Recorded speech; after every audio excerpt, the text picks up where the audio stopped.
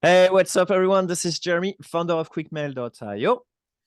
Hey, and this is Jack, Chief Lead Generation Officer at salesbread.com, here with not a teardown, but a conversation that should help you set up your first partnership outreach campaign to win more business. This is perfect for you, BDRs, or if you're selling high ticket B2B stuff. Cool.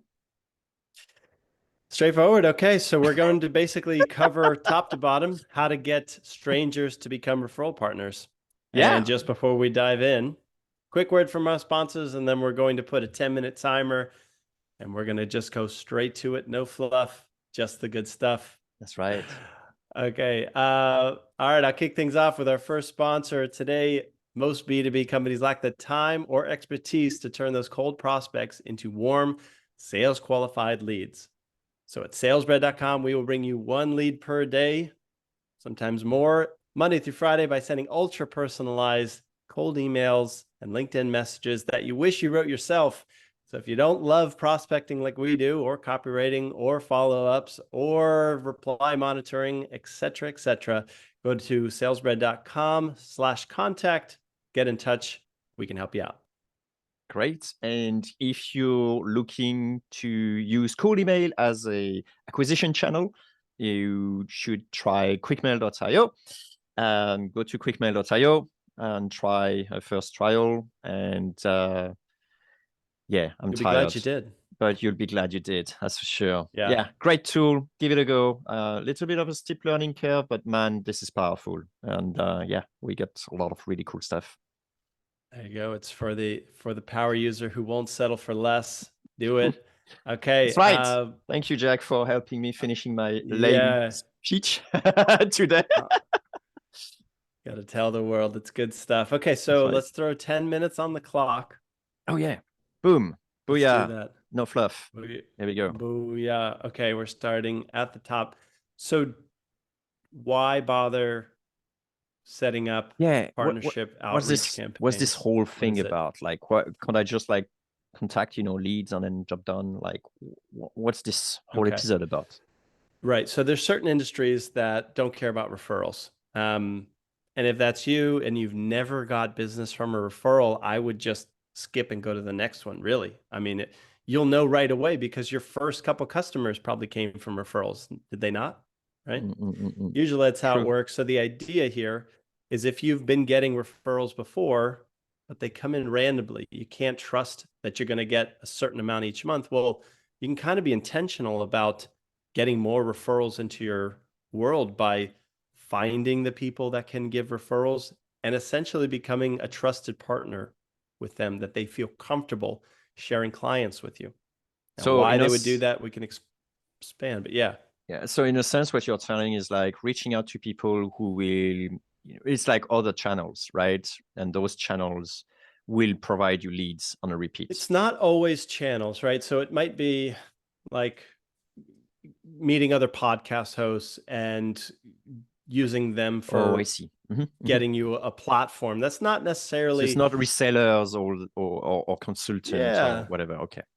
What I'm seeing most of, and I'm all ears to what you're seeing on your side, Jeremy, but a lot of B2B companies have allies out there that don't offer the same product or service, but work with a very similar client base. Yeah. And it's just, if they knew them, there would be a win on both sides. The effort is in getting to know them, and luckily cold outreach can help with that.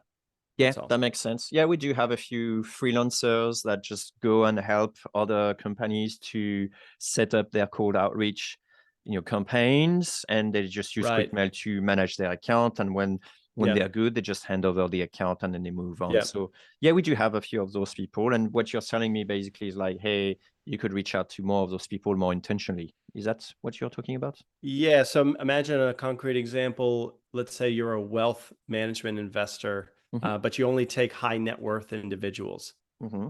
Building a list of high net worth individuals and then getting them to reply, that's a bit of a challenge on the list building front.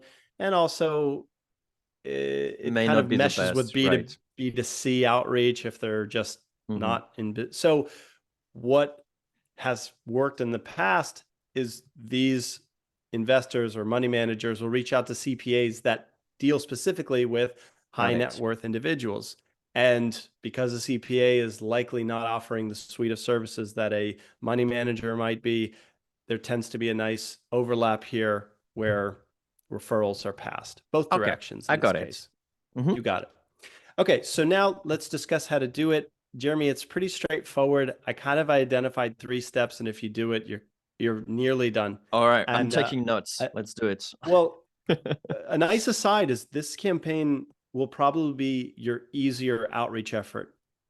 In order to get replies, since there's a win on both sides here, I'm finding it like one of the quicker methods to get good replies in, to even get meetings booked. The work is going to be nurturing these relationships.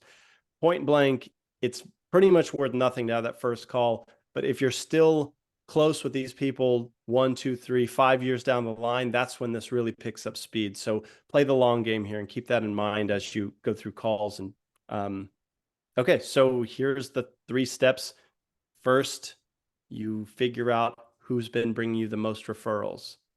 80/20 is going to apply here. Probably most of your referrals come from one particular job type.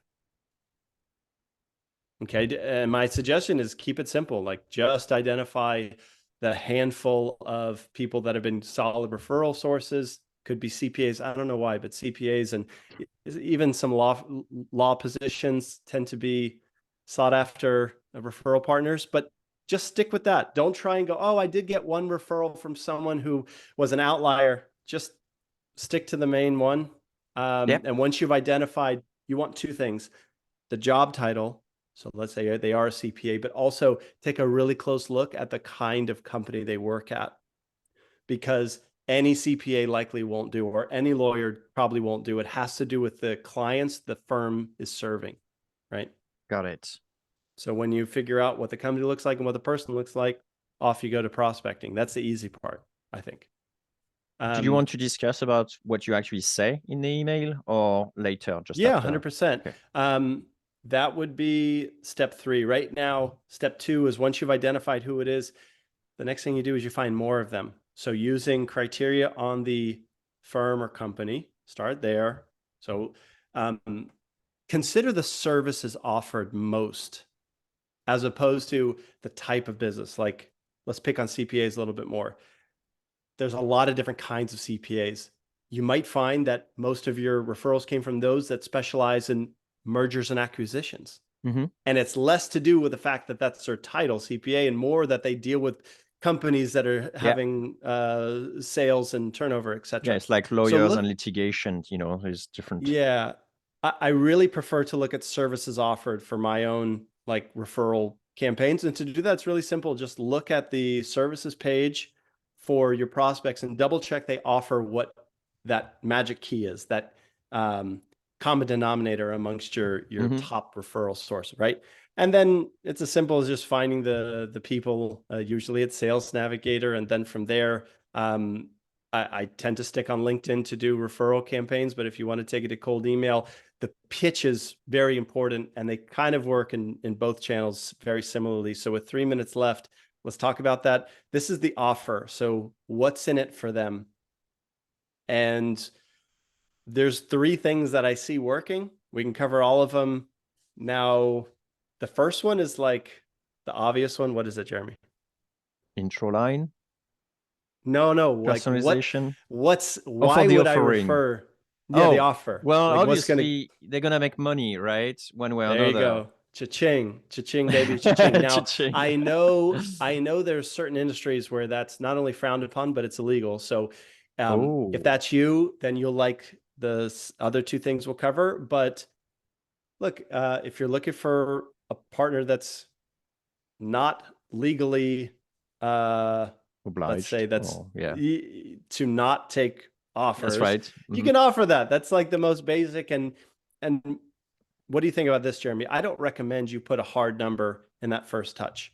I think you just want to be very clear that you're looking to compensate them in exchange for referrals to a very specific type of bit, like put who you're looking to work with, and that you have no competing services or products. And then if you can mix in social proof, maybe in the next email that shows that you're reputable, you're going to do fine. I want to give you money. Can you reply to me? That's pretty easy, right? No boring way of telling you won the lottery, right? There you Yeah. go. That's right. Okay, so let's say it's illegal or you're strapped for cash. What else can you do? Um, one is kind of obvious. The second one surprised me, but the obvious one is offering to exchange mutual referrals. If this is Yeah, possible, I that was works really thinking. well. Mhm, It's mhm. like, hey, I like to say we serve a similar client, but we don't offer any blank service like you do. Um, Nice. Right. So it's straightforward, and the only thing is you have to actually be able to exchange referrals, or else you're scamming people, and we don't like that, right? So be honest if there's something here, because it's the long run that's going to pay off. You want actually to find a few people that you can freely share and have confidence. Yeah, especially in those Okay. cases, it has to go both ways. Okay, so there's one last offer that doesn't involve cash or mutual referrals. And this one surprised me. It turns out that certain service providers and even products want to be the one-stop shop for their clients, but they just don't have the team built out for certain things. Like imagine SEO and link building. Yeah, There white can be label. there's Sometimes they use. Yeah, they use there you something. go. Yeah. And you take the white labeling route. I thought it wouldn't work because it sounded a little bit Oh, that's your tricky to options. navigate. I got it. I discovered it. It's like your white labeling. I mean, call it white labeling, or just call it, if you want to, like, there's certain industries that want to provide everything. Their client comes to them and they get everything taken care of. And we've noticed that there's been a lot of traction when we go that route. Be like, hey, I noticed you don't offer link building as a service, but you do content marketing. Could we step in and fill this gap here? Would it be worth a conversation? Right. Oh, yeah. Yeah. So you're basically augmenting their It's white offering. labeling. You're not It's necessarily. white labeling. Oh, it is. Okay. So you do It, say like, hey, we'll do it on your behalf type of thing. You Okay, got could. it. That's the most common way, but surprisingly, that works really well, because Yeah. there's a push to be this one-stop shop for a time. All right, on time. I'm not really surprised. This does actually happen quite a lot. Like, people contacting me, for example, and say, "Hey, Yeah, we'd like to offer, cold outreach solution to our client. Do you guys do white label?" And most of the time we say no, but I'm surprised by yeah. how many people actually do ask me that. No, that's why I was surprised. Like, how many? Because it's scary to offer a white label with someone else that you just met through a cold. Only if you care about the results and the quality, I would say. But hey, they come to us, so obviously they were looking for quality. So I don't No, know. I I know. can't really say anything. It's more like the long run is gonna be important to keep in mind, because in Yeah, theory you could develop a relationship where you do feel comfortable offering white label. But if you use one of those three options, you're going to be surprised and impressed with the response. It's just going to be up to you to turn those new referral partners into actual relationships that produce over time. That's it. I love the fact that this is a campaign you can throw in probably like 2 weeks and then already start getting results or Yeah, not. So faster it than could be a that. very Yeah. nice little initiative for the quarter. And then Yeah. potentially leading some potential good results. So good stuff. Yeah. Okay. And as always, if you want to see more, go to course.quickmail.io. Get your team up to speed on cold email best practice with a single purchase. It's pretty cool. That's Check right. it out. A lot more modules. This is scratching the surface, tip of the iceberg. Head over to course.quickmail.io for the massive overhaul if you want to be the best cold emailer in the game. Oh yeah. Thanks, Jack. Oh, yeah. Thanks, Jeremy. See ya. Yeah.